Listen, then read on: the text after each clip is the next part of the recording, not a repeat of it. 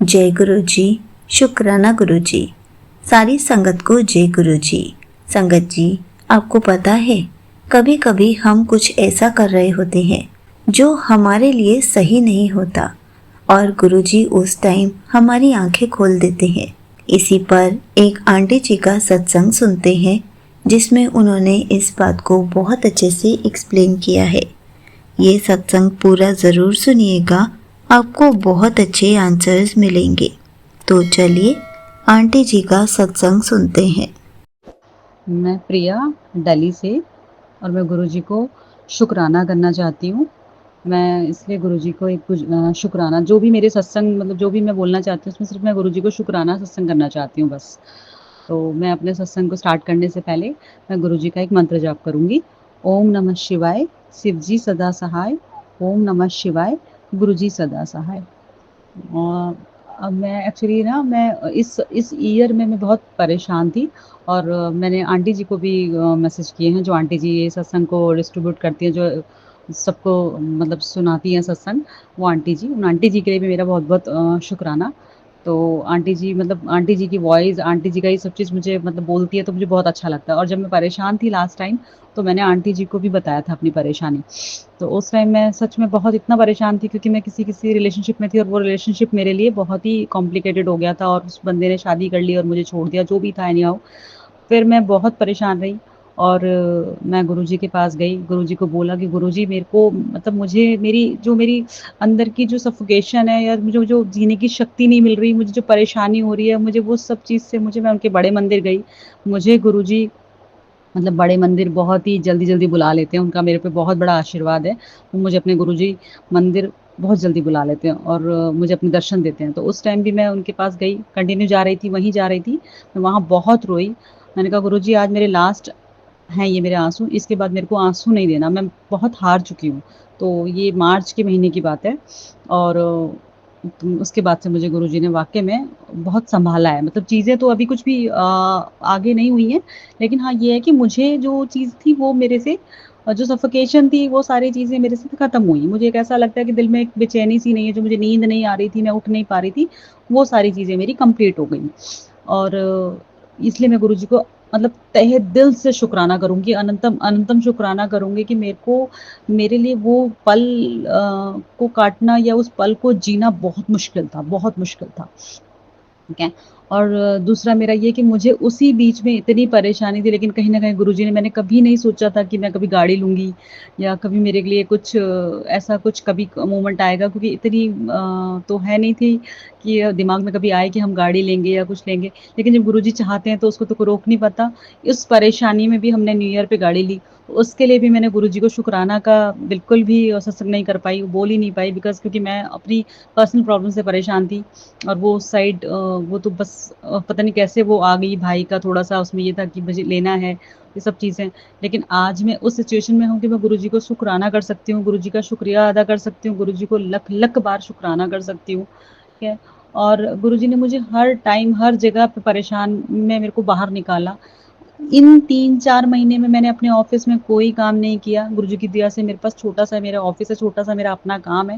मैंने 2-4 महीने से कोई काम नहीं किया था, लेकिन गुरुजी ने मेरे को मई के मंथ उन 4 महीने जो मैंने काम नहीं किया था, उससे भी कई गुना ज़्यादा मुझे काम दे दिया और मुझे मेरी फाइनेंशियली जो प्रॉब्लम आई साथ में, उसे भी बाहर निकाल दिया। तो गुरुजी का बहुत-बहुत शुकराना, गुरुजी का बहुत-बहुत अनंतम, अनंतम लख-लख बार शुकराना गुरुजी कि मैं मतलब मेरे लिए तो वो हर टाइम रहते हैं। मेरे को मतलब मुझे ऐसा लगता है कि कहीं न कहीं वो मेरे लिए मुझे सुनते हैं। मैं जब भी मुझे बहुत प्रॉब्लम होती है, आज भी मुझे कहीं न कहीं प्रॉब्लम हो रही होती है, तो मैं गुरुजी का स्वरूप लेके और उनके सामने बैठ के अपनी बातें करती हूँ और अपनी जो भी होती हैं उनसे जो भी प्रॉब्लम्स होती है शेयर करती हूँ।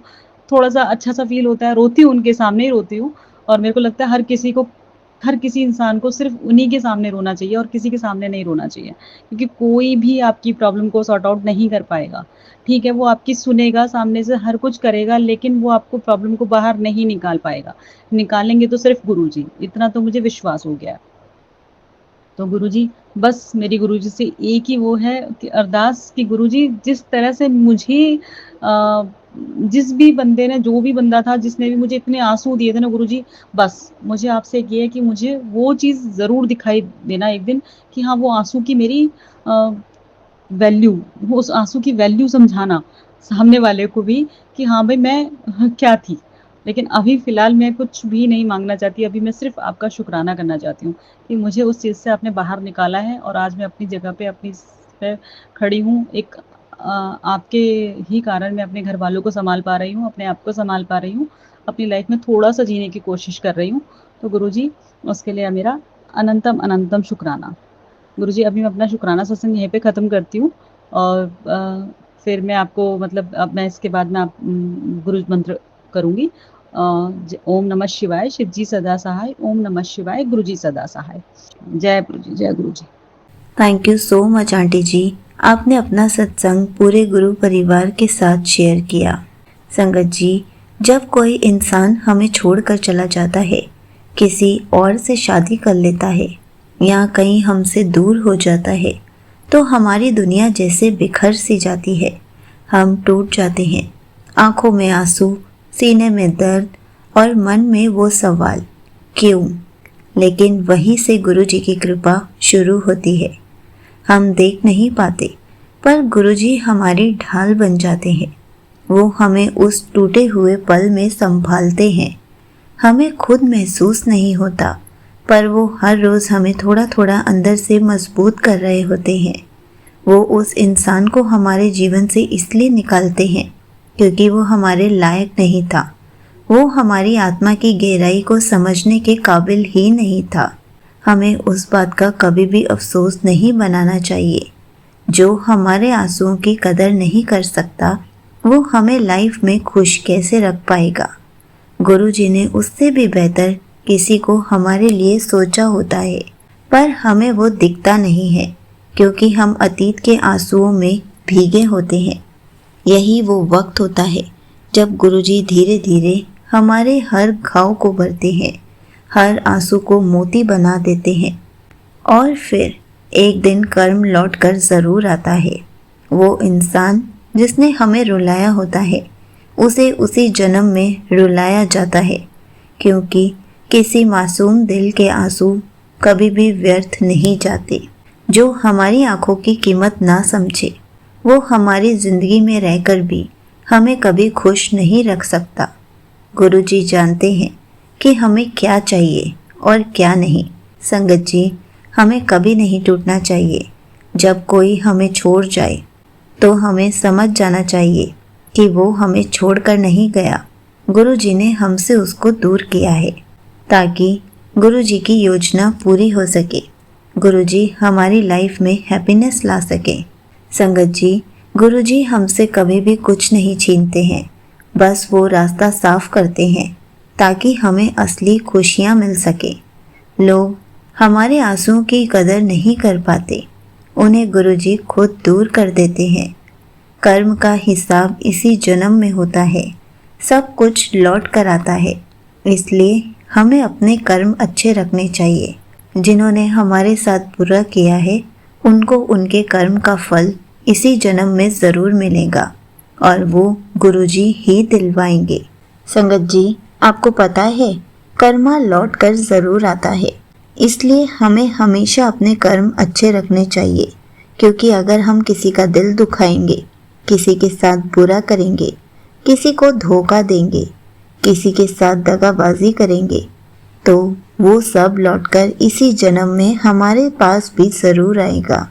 इसलिए हमें कभी भी ऐसा करने का सोचना भी नहीं चाहिए, क्योंकि हम तो गुरु जी की संगत हैं, गुरु जी के गुरु परिवार का हिस्सा हैं, तो हम किसी का बुरा कैसे सोच सकते हैं।